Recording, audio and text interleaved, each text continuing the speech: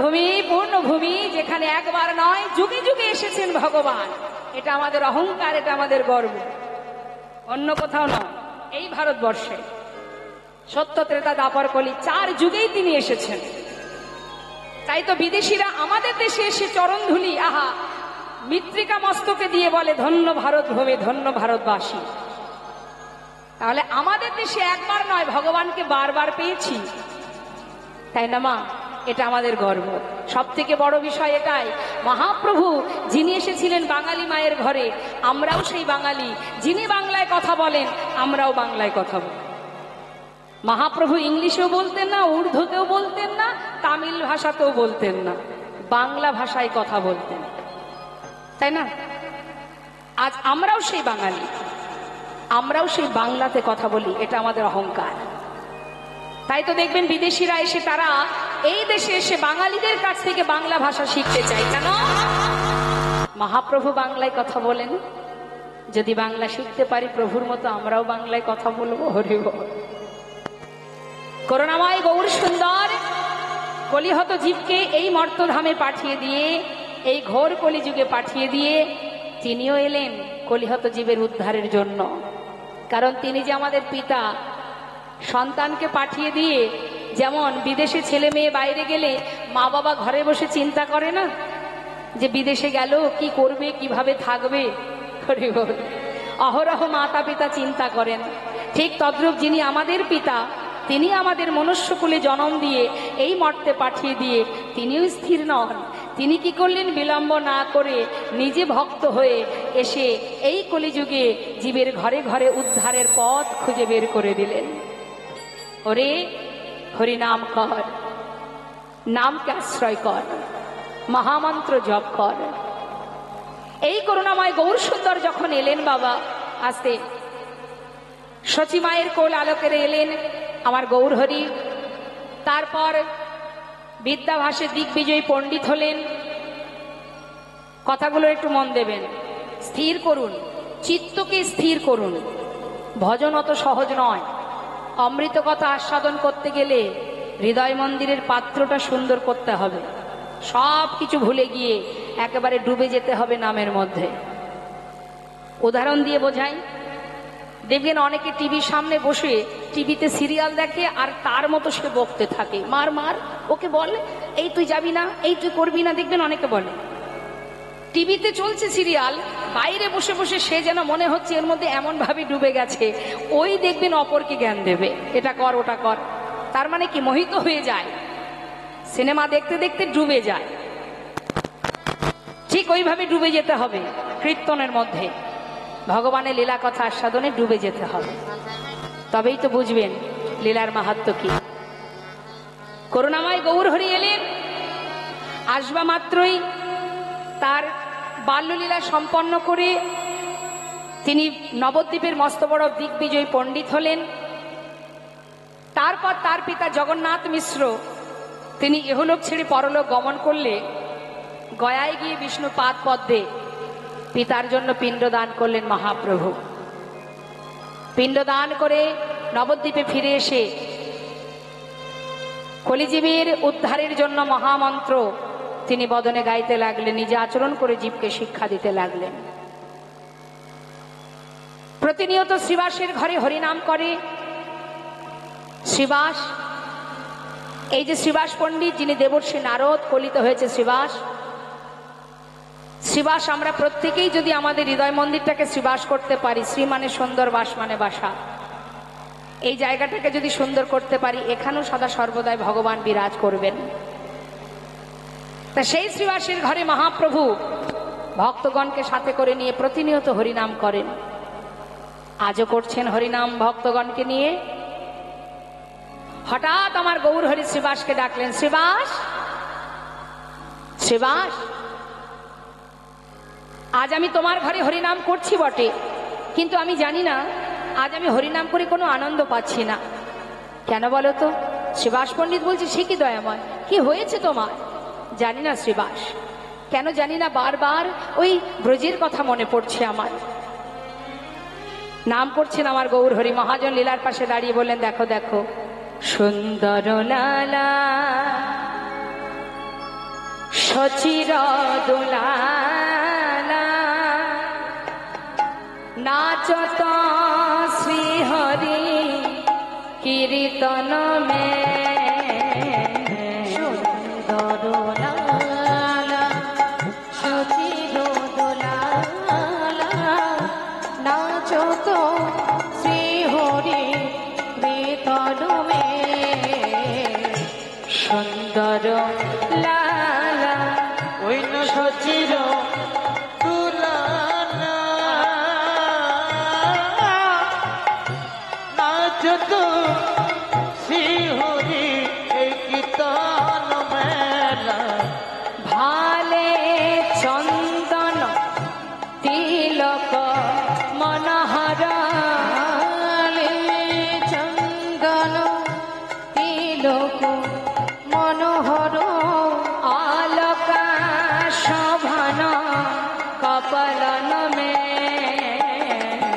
সুন্দর লালা সচির দোলালা নাচত শ্রীহরি কীর্তন মেলা সুন্দর লালা। শিবা, তোমার কাছে আজ আমি একটা কথা জিজ্ঞাসা করব, বলো গৌরহরি। শিবাস, এই নবদ্বীপে আমি সবাইকে দেখতে পাচ্ছি, একজনকে তো দেখতে পাচ্ছি না, কে সে? শিবাস, এই যে তোমরা এখানে আছো সবাই, তো তোমরা আমাকে বলো আমি নাকি ব্রজের কানা? আচ্ছা শিবাস, আমি নাকি ব্রজের কানাই?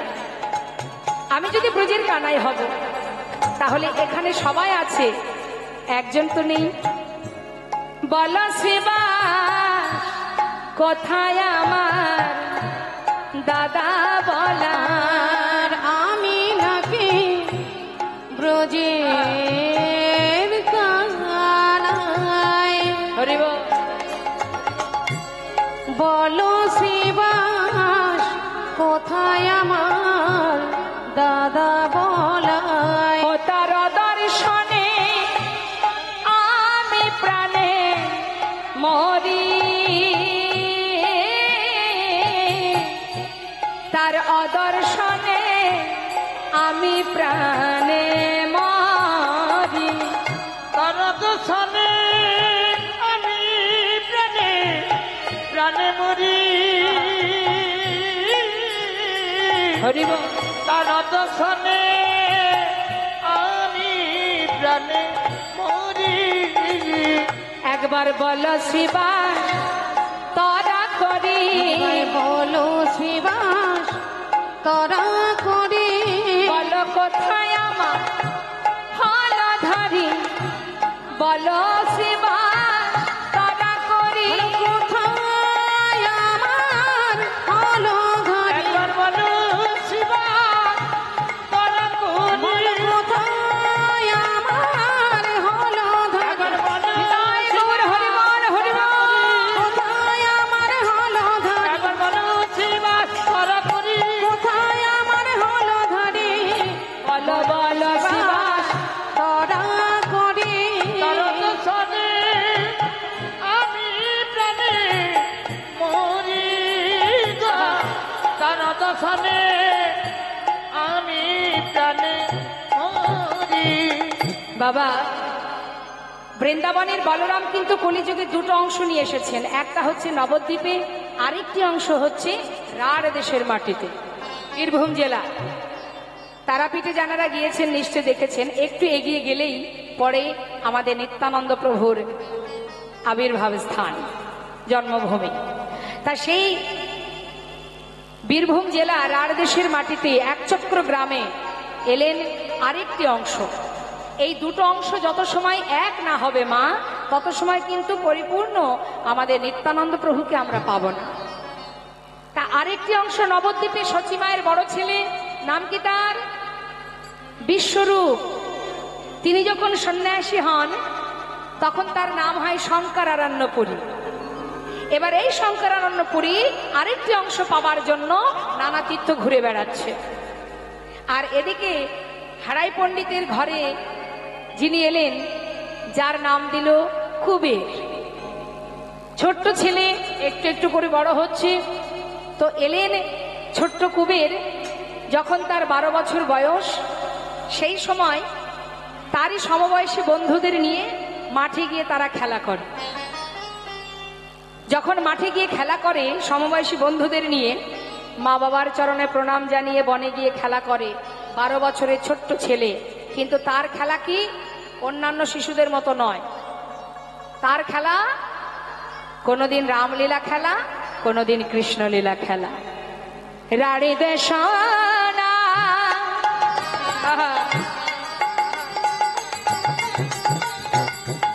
এক চক্রগ্রাম, রাড়ি দেশনা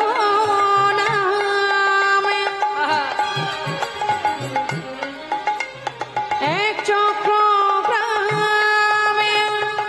হারাই পণ্ডিতের ঘর।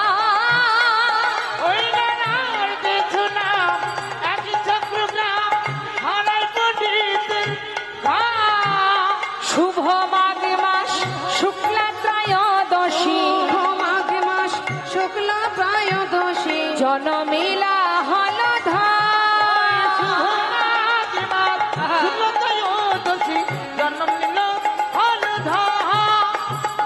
কোথায় এলো?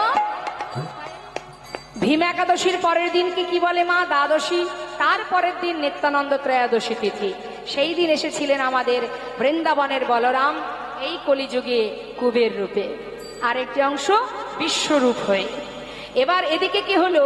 12 বছরের ছোট্ট ছেলে কুবের বনে মাঝে গিয়ে খেলা করছে, আর এদিকে ওই সন্ন্যাসী হঠাৎ ওই হারাই পণ্ডিতের ঘরে এসে উপস্থিত। পণ্ডিত, পণ্ডিত! হারাই পণ্ডিত দেখছে কেউ কি আমাকে ডাকছে, দেখি তো। দরজাটা খুলে দেখছে পথের ধারে একজন সন্ন্যাসী ঠাকুর। সন্ন্যাসী বাবা, তুমি কি আমাকে ডাকছো? হ্যাঁ পণ্ডিত, আজ আমার ইচ্ছা মধ্যাহ্নে তোমার গৃহে আমি প্রসাদ পাবো। বাবা, এ তো অল্প ভাগ্যের কথা নয়। পণ্ডিত, তুমি এসো, আমার ঘরে এসো। ঘরে নিয়ে গিয়ে তার চরণ ধৌত করলেন। চরণ ধৌত করে তার স্ত্রী পদ্মাবতীকে ডেকে বললেন, পদ্মা শিগগিরই এসো। দেখো পদ্মা, আজকে এসেছে আমার ঘরে। জানো, মহন্তের স্বভাব হয় তারিতে পামর, নিজ কার্য নয় তবু যান পরঘর। যারা মহন্ত হয় তাদের কাজ কি? কলিহত জীবের ধন ঐশ্বর্য নেবার জন্য তার বাড়ি যায় না। কলিজীবের ঘরে কেন যায়? সন্ন্যাসী বৈষ্ণবগণ তারা কেন যায় কলিজীবের ঘরে ঘরে? তাদের পাপ রাশিকে দূরীভূত করে কৃষ্ণ প্রেম দেবার জন্য। হরি বল। পামর জীবকে উদ্ধার করাই বৈষ্ণবের কাজ, সন্ন্যাসীর কাজ। তাই আজ হারাই পণ্ডিত পদ্মাবতীকে বলছে, পদ্মা তুমি শিগগিরই এসো, আজ আমার ঘরে বৈষ্ণব এসেছে। তুমি দেরি না করে তাড়াতাড়ি বৈষ্ণব সেবার আয়োজন করো পদ্মা।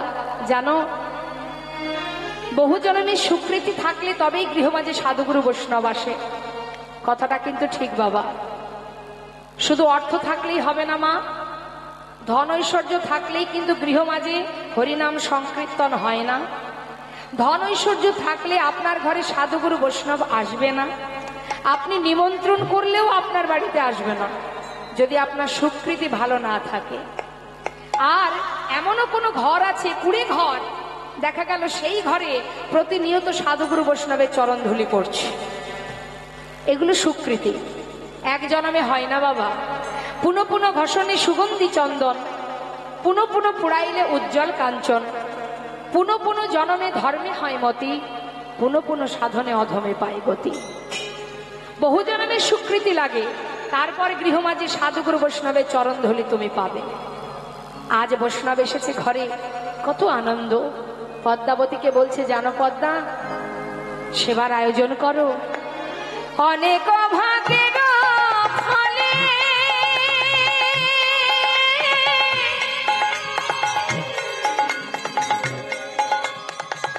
বৈষ্ণব আসিয়া মেলে। ওই নয় অনেক ভাগের ফলে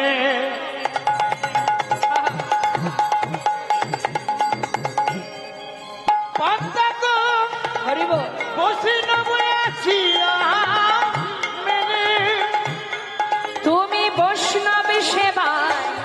করো আয়োজন, তুমি বৈষ্ণব সেবার করো আয়োজন, বৈষ্ণব সেবার করো আয়োজন, বৈষ্ণব সেবার করো আয়োজন, না দিলে বৈষ্ণব সেবা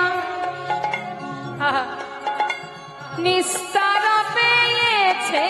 আরে না দিয়ে বৈষ্ণব সেবা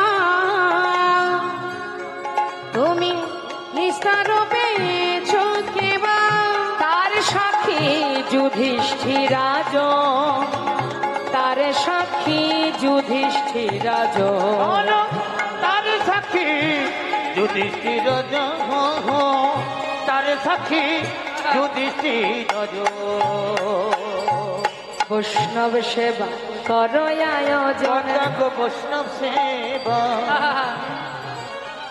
তুমি করো আয়োজন, না না আর বিলম্ব করো না গো বৈষ্ণব সেবার করো আয়োজন। আর বিলম্ব করো না গো বৈষ্ণব সেবার করো আয়োজন।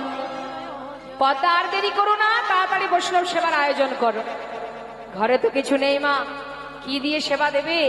তাড়াতাড়ি করে মাতা পদ্মাবতী তার যতটুকু ছিল কোন রকমে রন্ধন করেছে, রন্ধন করে বৈষ্ণব সেবা দিয়েছে।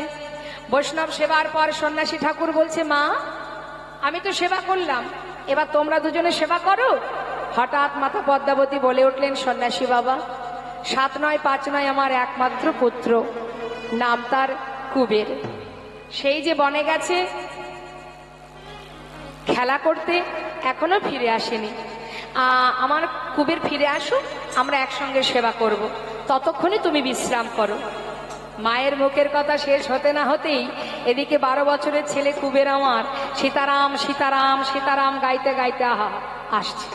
মহাজন বললেন, দেখো দেখো কুবের ঢুকছে, রাম সীতাপতি সুন্দর রাম, তুমি রাম রাম রাম রাম সীতাপতি সুন্দর রাম,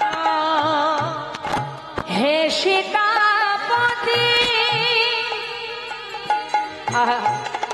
কুবের গাইছে মা, সে গাইতে গাইতে ঘরে ঢুকছে, আর ঘরে রয়েছে বৈষ্ণব। কি বলছে? হে রাম হে রাম তুমি রাম তুমি রাম, তুমি রাম রাম রাম তুমি রাম, তুমি রাম রাম রাম তুমি রাম, তুমি রাম তুমি রাম, তুমি রাম রাম রাম রাম। হে সীতাপতি তুমি অগতির গতি, তুমি রঘুকুল তিলকরা সীতাপতি সুন্দর রাম, তুমি রাম রাম রাম রাম সীতাপতি সীতাপতি সীতাপতি সীতা। ছোট্ট শিশু তোমা, হঠাৎ ঘরের মধ্যে একজন সন্ন্যাসীকে দেখে তার গান বন্ধ হয়ে গেছে, ছুটে গিয়ে মাকে জড়িয়ে ধরেছে। মা বলছে, বাবা ভয় পাওয়ার কিছু নেই, যাও প্রণাম করে এসো। মাথা নত করে কুবের ধীরে ধীরে যাচ্ছে প্রণাম করতে। যেই না বাবা প্রণাম করতে গেছে, সঙ্গে সঙ্গে সন্ন্যাসী কি করলেন, নিজের চরণটা সরিয়ে নিলেন। মনে মনে বলছে, আহা হা করছোটা কি? কেউ জানুক বা না জানুক, তুমি তো জানো তুমি বাকে আর আমি বাকে। আরে বাবা, নিজে নিজেকে কেউ প্রণাম করে? এটা মনে মনে বলছে। কত জায়গায় খুঁজলাম তোমায়, আর তুমি যেই ভাঙা কুড়ে ঘরে লুকিয়ে আছো জানতাম না। আচ্ছা, এটা মনের কথা। আর মুখে কি বলছে? এই যে মাগো, তোমার ছেলে ঘরে এলো, যাও এবার সেবা করো। 3 জনে মিলে সেবা করেছে বাবা। আহা, সেবা করে সন্ন্যাসী ঠাকুরের কাছে এসে বলছে, সন্ন্যাসী বাবা, আজ যখন তুমি কৃপা করে আমার ঘরে চরণধুলি রেখেছ, আজ সারা রাত ধরে তোমার মুখে আমরা কৃষ্ণ কথা শ্রবণ করব, আমাদের একটু কৃষ্ণ কথা শোনা। এবার আমার মায়েদের কাছে একটু জিজ্ঞাসা করি, বাড়িতে যদি গুরুদেব আসে আপনারা কি বলেন? গুরুদেবকে কি বলেন? কৃষ্ণ কথা শোনাতে বলেন? গুরুদেব যদি একবার বাড়িতে পা রেখেছে, যার জীবনে যত দুঃখ আছে সব গুরুদেবকে জানায়। গুরুদেব, আমার বাড়ির এই সমস্যা, আমার ছেলের এই সমস্যা, আমার পরিবারের এই সমস্যা, আপনি এসেছেন যখন গুরুদেব, আমাদের এই সমস্যা সমাধান করবার মতো আশীর্বাদ করে দিন। হাত দেখুন গুরুদেব, কি সমস্যা আমার, হাতে যত সমস্যা, হরি বল, সব গুরুদেবের কাছে জানাতে পারলে আমরা বেঁচে যাই। এটাই গৌর হরি বল। কিন্তু প্রকৃত ভক্তের স্বভাব কি? আজ এখান থেকে আমাদের শিক্ষা পেতে হবে মা। গুরু যখন বাড়িতে আসে, এই সংসারের ত্রিতাপ জ্বালার মধ্যে দিয়ে ভগবানের নাম তো করার সময় নেই আমাদের। তাই যখন কোনো বৈষ্ণব, কোনো সন্ন্যাসী, কোনো ভক্ত আসে গৃহে, হাজার কাজের মধ্যে দিয়ে সময় বের করে তার কাছে বলতে হয়, আজ যখন নিজ গুণে কৃপা করে আমার ঘরে চরণধুলি রেখেছ, তোমার মুখে দুটো কৃষ্ণ কথা শ্রবণ করব। এটা ভক্তের করা উচিত, কিন্তু আমরা সেটা করি না। মনে করি গুরুদেব যদি আশীর্বাদ করে দেয় তাহলে আমরা সর্বসুখী সুখী হয়ে যাব। জেনে রাখবেন মা, গুরুদেব একটা কাজই পারেন, সে কিন্তু আপনাকে ভগবানের চরণে পৌঁছে দেবেন না। তবে গুরুদেব কি করেন? গুরুদেবের কাজ কি? আমি যেমন ভগবানের দাস, তুমি যদি আমার কাছে আসো, আমি তোমাকে ভগবানের দাস করে দিতে পারি, কিন্তু তার চরণে পৌঁছানোর দায়িত্বটা তোমার, সেটা আমার নয়। আমি তোমাকে দাস করবার পথ বলে দেব, কিভাবে তার চরণের দাস হবে, কিন্তু সেইখানে পৌঁছাতে গেলে তোমাকে পৌঁছাতে হবে তোমার কর্ম অনুযায়ী। সাধু সঙ্গ করো, বৈষ্ণব সঙ্গ করো, ভক্ত সঙ্গ করো, ভক্তের চরণ ধুলি অঙ্গে মাখো, দুফোঁটা বাড়ি বরিশন করো। অত সহজ নয়, ভক্ত বললেই ভক্ত হওয়া যায় না। আমরা সর্বক্ষণ সুখের কামনা করি ভগবানের কাছে, সুখে রাখো, ভালো রাখো, শান্তিতে রাখো। কেন কেন চাইবো তার কাছে? একটা জীবনে সব রকম থাকবে, সুখও থাকবে, দুঃখও থাকবে। যা তিনি দেবেন তাতে সন্তুষ্ট হতে হবে। একবার ভেবে দেখো কি দেননি তিনি আমাদের। তোমার সন্তান আছে, আর একজনের সন্তান নেই, তাহলে তোমার থেকে সে দুঃখী। তার যেটা আছে তোমার নেই, তাহলে কেন চাইবো তার কাছে? না চাইতেই সব পাওয়া যায় যদি তুমি ভরসা করো। আমাদের সমস্যা এটাই মা, আমরা কোনো কিছু পাওয়ার আশায় কর্ম করি, তাই না? ভালো করে কথাগুলো মন দেবেন। কোনো কিছু পাওয়ার জন্য আমরা কর্ম করি, আর ভগবান তিনি মুচকি মুচকি হাসে আর বলে, তুই যে কিছু পাওয়ার জন্য কর্ম করছিস, আমি যেটা ভাববো তুই সেটাই পাবি। কিন্তু তুই যদি কোনো কিছু পাওয়ার আশা না করে কর্ম করিস, তাহলে আমি সেটাই তোকে দেব যেটা তুই চাস। নিতাই গৌর হরি বল। চাইবার দরকার নেই, না চাইতে পাওয়া যায় যদি বিশ্বাস থাকে, ভালোবাসা থাকে, ভক্তি থাকে।